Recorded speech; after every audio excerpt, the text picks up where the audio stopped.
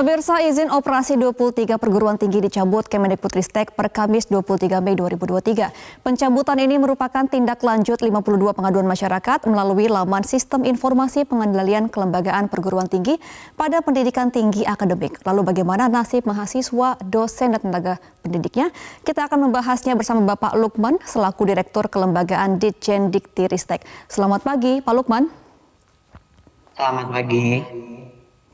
Ya, selamat pagi Pak Lukman. Ini kalau banyak yang bertanya mengapa kampus ini ditutup, apakah pelanggarannya memang seberat itu, dan apakah nantinya akan ada kampus-kampus lain yang akan tutup?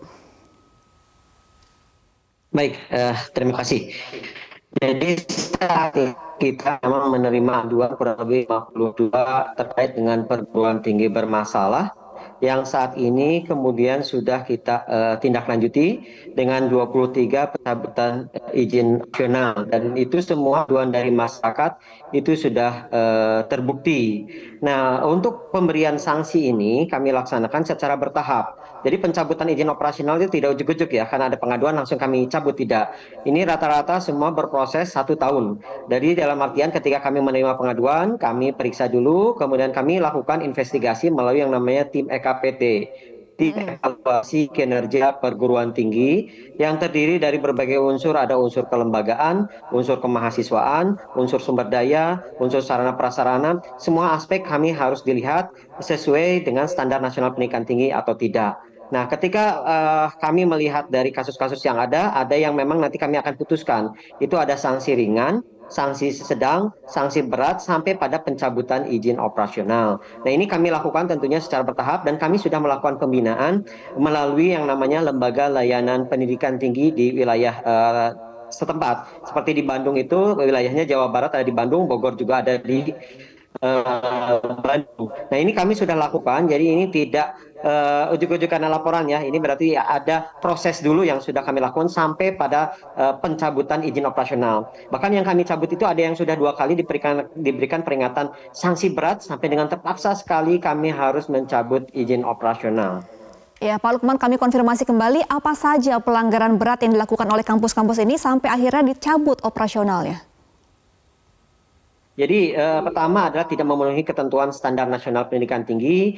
Yang kedua adalah melaksanakan pembelajaran fiktif, kemudian melakukan praktek jual beli ijazah, kemudian yang lebih parah lagi adalahnya penyimpangan pemberian beasiswa KIPK yang harusnya menjadi hak dari mahasiswa itu tidak diberikan kepada mahasiswa. Kemudian juga ada perselisihan antar badan penyelenggara. Nah, ini yang menjadi permasalahan. Oke. Apakah sebelumnya pihak kampus ini dilibatkan terlebih dahulu ketika hendak ditegur, diberikan sanksi dari ringan, sedang, hingga berat, kemudian diputus izin operasionalnya? Oh, tentunya ya. Sebelum memutuskan kami lakukan betul-betul evaluasi kinerja. Nah, kita lakukan evaluasi kinerja, kita tuangkan dalam bentuk berita acara pemeriksaan. Nah, berita acara pemeriksaan itu ditandatangani kedua belah pihak, tim EKPT dan tim Kapus. Kalau memang menurut pemeriksaan kami ini sesuai atau tidak, kampus akan tanda tangan, sesuai atau tidak, kampus ada tanda tangan. Nah, semua itu ada berita acaranya. Sehingga kalau akan menyanggah dan yang lainnya ketika SK kami sudah keluarkan, itu hanya bisa dilakukan di Pengadilan Tata Usaha Negara untuk bisa membatalkan SK yang sudah kami keluarkan. Karena kami sudah mengikuti prosedur sesuai dengan Permendikbudristek nomor 7 tahun 2020.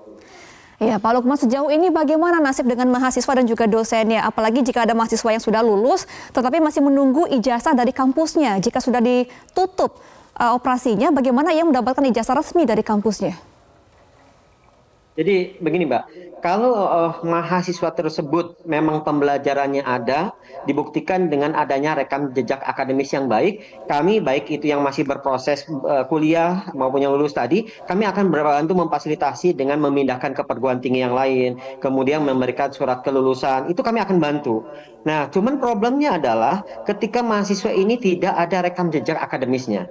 Jadi perlu kami sampaikan, perguruan tinggi yang baik itu ketika dia kuliah tentunya mahasiswa akan mendapatkan namanya kwitansi dia daftar. Kemudian ada yang namanya kartu rencana studi. Ketika dia stres setiap semester itu ada namanya kartu hasil studi, atau kemudian ada juga istilahnya transkrip. Ada tugas akhir dan skripsi. Nah, itu semua harus dilaporkan ke negara, Mbak, melalui yang disebut dengan pangkalan data pendidikan tinggi. Nah, kalau itu tidak ada di pangkalan data pendidikan tinggi, kemudian kalaupun juga ada di Pangkalan Data Pendidikan Tinggi dan tidak ada rekam jejak akademisnya, ini yang menjadi kesulitan, Mbak. Jadi kami akan membantu mahasiswa untuk pindah, memverifikasi semua. Baik. Bahkan kami Pak siapkan Lukman, posko berarti kalau pengaduan di mahasiswa setiap ini yang penting ada rekam jejak pembelajarannya ya. Kalau dosen ini bagaimana Pak nasibnya? Ya, kalau contohnya meskipun contohnya dari pihak kampus tidak ada itikat baik, tadi ada yang harus membayar, mempersulit. Sekarang mahasiswa cukup membawa saja kalau dia semester 1 apa yang dia sudah kuliah, mana buktinya, tolong bawa ke LLDT setempat. Sehingga nanti kami akan masukkan data ke dalam pangkalan data pendidikti, kemudian akan melihat oh sesuai atau tidak sesuai. Kalau memang sudah sesuai, ya sudah kami akan berikan rekomendasi untuk bisa pindah ke kampus yang dituju. Karena begini Mbak, kampus yang Baik. menerima itu tidak bisa serta-merta oh di sini semester 4 pindah ke semester 5. Ini harus ada proses yang namanya konversi, ada proses matrikulasi. Konversi Baik. itu adalah kesesuaian. Betul nggak? Sesuai nggak dengan mata kuliahnya yang ada di kampus sebelumnya dengan yang kampus saat ini? Kemudian apakah betul-betul dia sudah memperoleh dasar-dasar yang kuat sehingga ketika lanjutan dia akan memahami itu. Nah, sehingga nanti biasanya mahasiswa juga akan di-assessment dulu sebelum diterima. Oh, nanti kalau memang tidak sesuai, biasanya ada matrikulasi. Jadi tidak serta-merta dia semester 4 langsung semester 5. Bisa jadi dia harus ada mengulang beberapa mata kuliah yang memang dirasa itu sangat penting, Mbak. Baik, berarti Pak Lukman untuk mahasiswa yang menjadi korban dari penutupan kampus bisa langsung mengajukan berkas-berkasnya kepada Kemendikbud agar diajukan dan juga didaftarkan kembali kepada kampus lain ya. Terima kasih Pak Lukman selaku Direktur Kelembagaan Ditjen Dikti Ristek. Selamat kembali beraktivitas.